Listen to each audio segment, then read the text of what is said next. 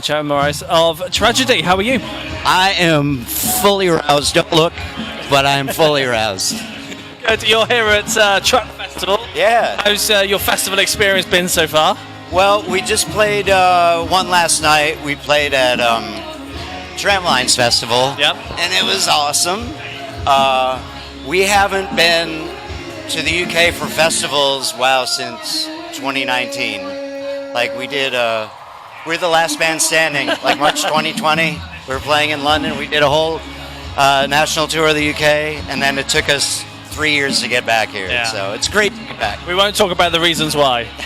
Okay. Yeah, we'll leave it at that. Now you've been busy. You've started to release some more new singles. The most recent one we've got through is your Shirley Bassey cover of Goldfinger. Yeah. Tell us a little bit about the way you've worked the track and why you picked that one. Goldfinger. Well, we did a Bond song before. We did the Adele song. What's the Adele song? No. It's so good. No. And we did it as a single. We have a video for it and stuff. And so the new album is called I Am Woman. So it's all female artists who made the songs famous originally. And we thought, well, it'd be cool to do another Bond song. And came up with this idea for, kind of reworking it. It's one of these real vibey tragedy songs. Not a super funny tragedy song, but very, very deeply evil. Yeah, good. And you originally started off by just doing Bee Gees covers. Right. How did this idea of doing this start, and especially picking Bee Gees and doing the versions you do? It started strictly as an idea on paper, like just a dumb idea. Like it's not like we were like, playing around with some Bee Gees songs one day. It was like we got a call from a promoter saying, "Hey, I have an opportunity to play a weekend of shows at Irving Plaza in New York City. This great venue there.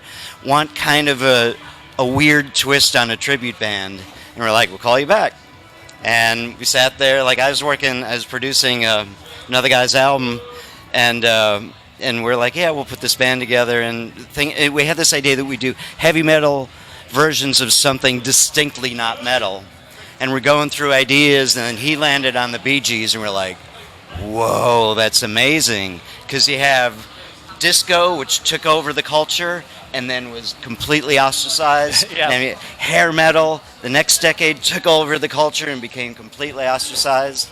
And we're like, we'll bring these perceived fools together and make magic happen. And it worked. And it worked. So at what point did you realise you've done all the Bee Gees songs, let's keep going and find some others? It was, so we did, the first album is all Bee Gees disco classics. The second album, we started doing some stuff that they wrote for other artists in the 70s. And while we were working on that album, we were thinking, well, Bee Gees had this amazing catalog pre-disco. And we started playing some of that stuff live, and it didn't seem to have the same connection, like culturally, right? So then we're like, well, maybe we can dabble in Hot Stuff by Donna Summer, and stuff like that. So it was, when we started working on that second album, I think most of the songs on there were written by the Bee Gees, but then we started sneaking in some non-Bee Gees songs. And then the third album, Death to False Disco Metal, which is our biggest album so far, I would say, has no Bee Gees songs on it. Yeah, good. And obviously you've got your new records, I'm sure, on the way now, but you must have ideas of things you want to do in the future and songs you want to cover. What ideas are floating around at the moment? Well, we're toying with the idea of show tunes, and like we in the band love this idea, and some of the songs we play, like the songs we do from Grease, those could be considered show tunes because that was a show on Broadway. Yep. But we're just not sure like how a whole album of that would would vibe with our fans, I mean, we would make it incredible, of course. And any fan who didn't get it, it would be their loss. But we'll see. We'll see what happens. Is there anything that you've kind of noted that you wanted to do and you've tried it and it just did not work and you decided, no, we're leaving that? That happens all the time. It's the process for us. Like, we have to find a really, like, an important, incredible tragedy version of the song that we're doing. You know, if it's too close to the original or something like that, it's just, we don't think it's really worth our time or time of our audience. And you know, just like songwriting, like you throw out, you know, 2/3 of the songs that you work on an album. But we've done many times over the years, we've had an idea to do a song and it doesn't quite connect at first. Example of that is I Will Survive, which we did on this album. But as soon as we started thinking of doing on Bee Gees songs, we're looking like the iconic disco songs to do, and there's nothing more iconic than that one.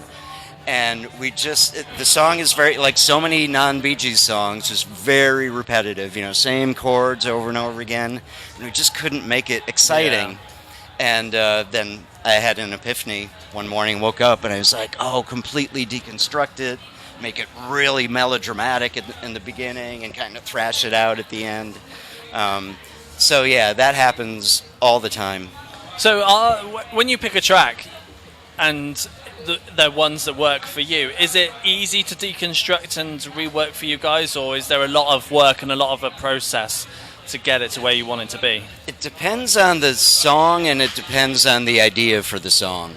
Like, I know, like Staying Alive, for that, it was like, just kind of find the guitar riff that's going to be the main riff, and then kind of plug in the vibe of it, and we're off to the races. You know, that song has really cool changes in it already, but then other songs, like especially some very repetitive disco and pop songs, we really have to pick it all apart and then build it back up again.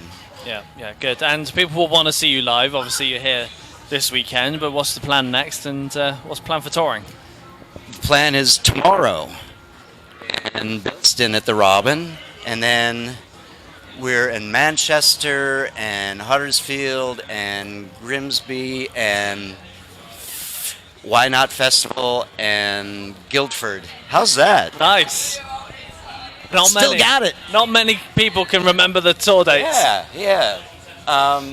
So that's what we got going on this week. Next week we go home to New York City and just bask in the afterglow until we feel like coming out again. How long do you think it'll take you to get back over? Well, probably do. We like to do like a national tour in the UK and do some European touring. Usually like springtime, late winter, springtime. We don't have that planned right now. And then in the summertime, we like to come and do festivals too. Yeah, good. Excellent. Well, Maurice, it's been a pleasure. All right. Having a chat. Thank you very much. Yeah, cheers, man. Cheers.